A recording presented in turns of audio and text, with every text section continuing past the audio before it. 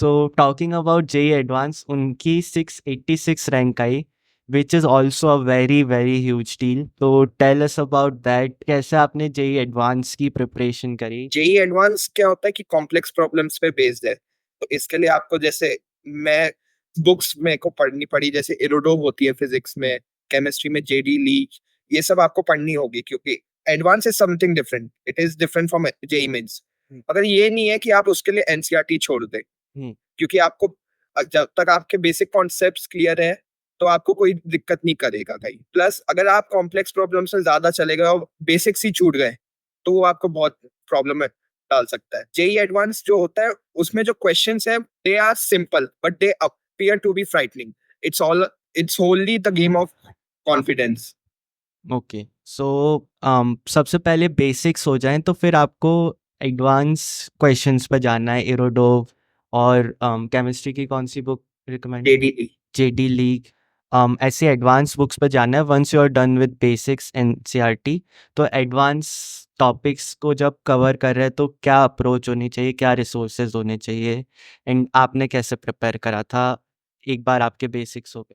जैसे मेरा जो प्रिपरेशन मेथड होता था वो होता था कि आप लिमिटेड क्वेश्चंस कीजिए, मगर ऐसा नहीं है कि आप इतने क्वेश्चंस कर ले कि आप उसको बाद में रिवाइज नहीं कर पाए, हम्म, क्योंकि वो क्वेश्चन कोई काम का नहीं आएगा जो आपको उस टाइम क्लिक ही ना करे एग्जाम के लिए। क्योंकि आपका 6 आवर का एग्जाम है, उसमें आपको जो जो क्लिक किया वो जितनी जल्दी आपको याद आया वो बहुत इंपॉर्टेंट है। कभी कभार ऐसा होता है कि हम बहुत अच्छे से नए नए क्वेश्चन सारे होते जा रहे हैं, मगर उनमें कुछ अलग बात थी जो हमने नोटिस की और बाद में हमने रिवाइज नहीं की तो वो भूल जाते हैं। और ये छोटी छोटी बातें होती है जिससे वो क्वेश्चंस बनते हैं। एज यू सेड रिवीजन बहुत इंपॉर्टेंट है एडवांस टॉपिक्स में। लिमिटेड क्वेश्चन करो पर उनको अच्छे से सॉल्व करो। And what are the resources you would recommend advance के लिए? एडवांस के लिए जैसे फिजिक्स के लिए जेडी ली है, वो फिजिक्स के लिए एरोडोव है। आपकी केमिस्ट्री इनऑर्गेनिक के लिए जेडी ली है। और फिजिकल के लिए आपके एन अवस्थी है, पीटर साइक है। हम्म, ऑर्गेनिक के लिए आप पीटर साइक ऑर्गेनिक के लिए है, और पीटर एटकिंस जो है वो फिजिकल के लिए है। हम्म, मैथ्स के लिए बहुत सारी अलग अलग बुक्स होती है, जैसे आपकी सिंगेज आती है, ऐसे अलग अलग बुक्स है। हम्म, तो इनको आपको सॉल्व करना चाहिए, बट ये नहीं होना चाहिए कि आप उसे रिवाइज नहीं कर पाए सॉल्व करने के चक्कर में। हम्म, फिर एक बार आपके सिलेबस हो जाए, आपको कॉन्फिडेंस आ जाए, तो आपको जाना चाहिए ऑल इंडिया टेस्ट सीरीज। आप किसी भी कोचिंग की उठा लीजिए, क्योंकि उसमें क्वेश्चंस होते हैं जिसके हमें जो हेल्प कर सकते हैं, जिसके पॉइंट्स वो क्वेश्चन नहीं आए मगर उससे रिलेटेड कॉन्सेप्ट्स जो बिल्ड हो रहे हैं, कुछ नई चीज सीख रहे हैं, और वो आपके एडवांस में किसी और फॉर्मेट में काम आ जाए, तो वो बहुत इंपॉर्टेंट है। प्लस उस आप जेई एडवांस के पुराने पेपर्स भी कर लीजिए। उससे क्या है कि आप समझेंगे कि वो कैसे पैटर्न पे देते हैं। कभी कभार वो क्वेश्चंस इतने डरावने लगते हैं मगर उनका आंसर बहुत आसानी से आ जाता है। तो आप जितना करेंगे उतनी अच्छे से उनको समझेंगे, कॉन्फिडेंस बिल्ड होगा, और फिर आप इजीली क्रैक कर सकते Guys, you are finding this video helpful. If you are still watching this, तो please अभी इस चैनल को सब्सक्राइब कर लो for more such videos. हम अब बात कर लेते हैं आपकी कोचिंग की. So you were joined for Ellen classroom program for 2 years. 11 से ज्वाइन किया. तो आपने पहले कोचिंग क्यों नहीं ज्वाइन करी? क्योंकि आपने कोई सी भी कोचिंग 11 तक नहीं ली थी. वो डिसीजन क्यों था? हैं। मेरे को 10 तक कोचिंग की कोई नीड दिखाई नहीं दी, हम्म, क्योंकि 10 तक आप कोई भी जगह आपका गोल ये नहीं होता कि हम आईआईटी के लिए प्रिपरेशन करें इतनी जल्दी, ये मेरे को सही नहीं लगता।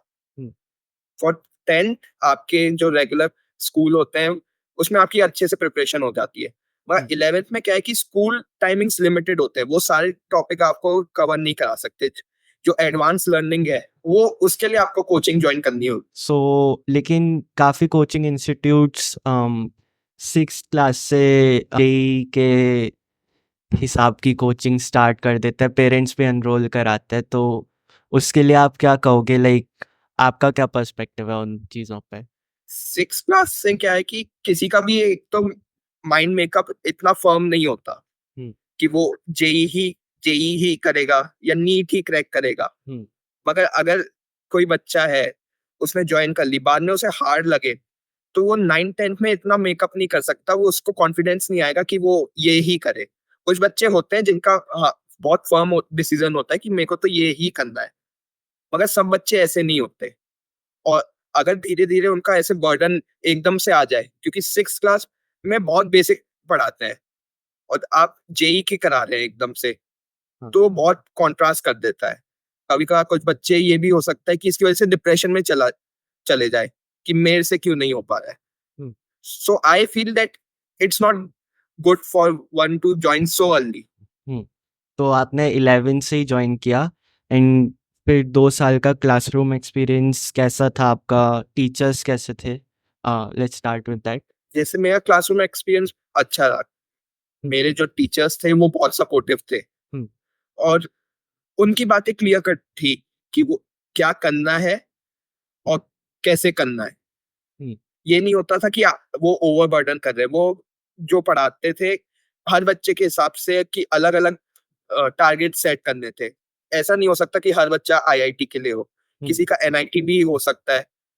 तो उस हिसाब से उन्होंने बहुत सपोर्ट किया, मटेरियल्स प्रोवाइड किए और as teachers they are best. Got it. और तो आपका कितना सपोर्ट होता है, एक कोचिंग इंस्टीट्यूट कितना इम्पोर्टेंट होता है एंड क्या-क्या वो एलन ने आपको किन-किन चीज़ों में सपोर्ट किया जिससे आपका अच्छा रिज़ल्ट आया? एलन ने जैसे मटेरियल प्रोवाइड किया, हुँ। एक एनवायरनमेंट प्रोवाइड किया, कॉम्पिटिटिव एनवायरनमेंट, क्योंकि ऐसे नहीं हो सकता कि आप एकदम से कोई नेशनल लेवल एग्जाम में compete कर रहे हैं इतने सारे कैंडिडेट्स के साथ। वो धीरे-धीरे एनवायरनमेंट को आपको अडैप्ट करना होता है। हुँ। एलन ने वो एनवायरनमेंट दिया, हुँ। प्लस आपको उस लेवल के क्वेश्चंस देना, हुँ। टीचर्स, फैकल्टीज प्रोवाइड करना, आपके जो डाउट्स के लिए हमेशा अवेलेबल है, अच्छा। वो आप प्लस ये भी देखा जाता था कि किसी बच्चे को कोई डिप्रेशन में नहीं जाए। हुँ। मोटिवेशनल टॉक्स भी होती थी वहाँ पे। हुँ। तो ये एक पॉजिटिव एनवायरनमेंट में बहुत हेल्प। बाकी फिर आपका जब जेईई मेंस हो गया था, उसके बाद आपने एडवांस के लिए आपने मतलब लाइक उसके बाद कैसी प्रिपरेशन थी आपकी उस बीच?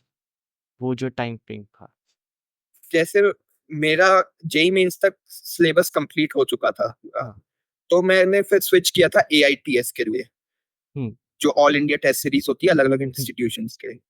वो एक्चुअली वो जो होता है वो आपके टाइम मैनेजमेंट के लिए होता है हुँ। कि आपको 3 आवर्स कैसे मैनेज करना है, कैसे सारे क्वेश्चंस को अटेम्प्ट करना है, हुँ। क्या स्पीड होनी चाहिए।